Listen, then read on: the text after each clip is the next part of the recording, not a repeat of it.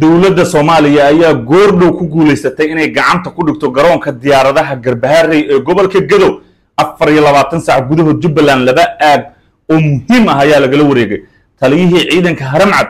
Fanax ayaa goordhow isna gaaray magaalada Raaskambooni dhaqdhaqaaqii ugu dambeeyay ee ka soconaya gobolada Gadow iyo Jubbada Hoose ayaan rabaa inaan kugula wadaago muuqaalkan soo dhawaada saaxiibayaal idinkuna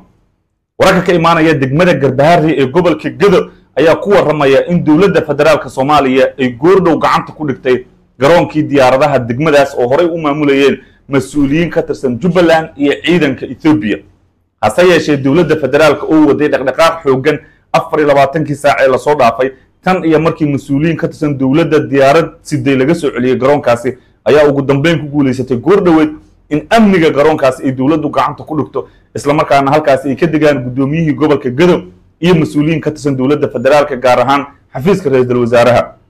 waxay halkaasi ka wadaan iminka dhaqdhaqaaq xoogan oo lagu doonayo in ammaanka garoonkana lagu sugo sidoo kalena mas'uuliyiinta dawladda ee halkaasi tagayo ay si dhib yar ku tagaan guud ahaan degmooyinka gobolka Gadow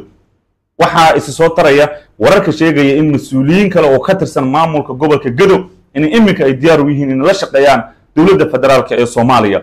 tan ayaa ka dhigan in 24 saac gudahood Jubbaland ay weynayso laba aag oo muhiim ah oo lagala wareegay isla markaana dawladda federaalku ay hadda iminka awoodo inay ka dejiso ciidankeeda iyo mas'uuliyiinteeda labadaba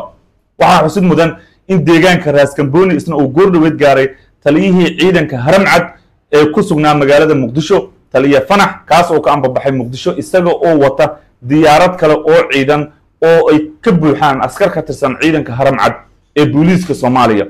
dhaqdhaqaaq kale ayaa iyana aagaasi ka socda guud ahaan xaaladdu waxay u muuqataa mid cakiran wixii wararka ka soo kordhasa mar walba iyo daqiiqad kasta halkan idin kula soo wadaagaya idinkuna isha ku haya bogeyga Axmed Saciid Axmed aad ba u mahadsantiin saaxiibayaal